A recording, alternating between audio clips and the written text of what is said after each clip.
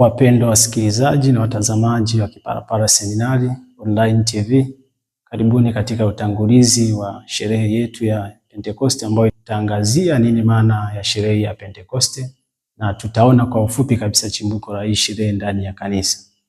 Maana ya sherehe ya Pentekoste, ndugu zangu wapendwa, neno Pentekoste ni neno la Kiyunani ambalo kimsingi linamaanisha ya 50.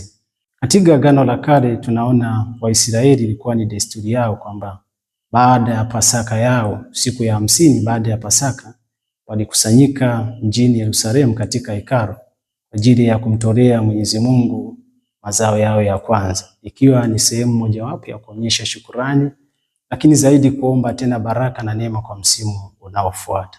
Kwa hiyo katika huo mpangilio, kwa sababu ilifanyika majuma 7, ndipo ikapata jina la Kiebrania Shavuot au sikukuu ya majuma. Na hivyo sasa ndio maana tunaona hata katika tunaposherehekea sherehe hii yetu ya Pentekoste kwamba Roho Mtakatifu anapowashukia mitume, tunaona siku hiyo kwa kweli watu walikuwepo wengi mjini Yerusalemu walioshuhudia tukio hili.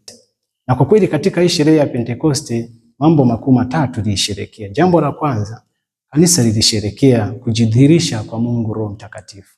Na jambo la pili ambapo kanisa linasherehekea na kukumbuka siku hii ya Pentekoste ni mavuno ndani ya kanisa.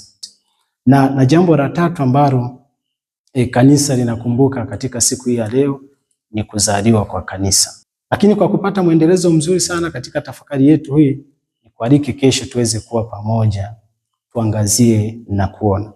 Basi katika mwondoko huo, kesho kanisa litafunga rasmi kipindi cha Pasaka.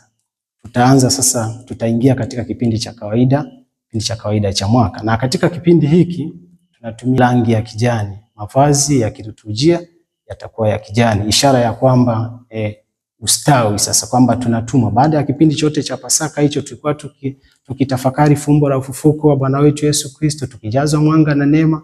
Sasa kipindi hicho kinachoanza cha kawaida tunatumwa kwenda kuyaishi hayo.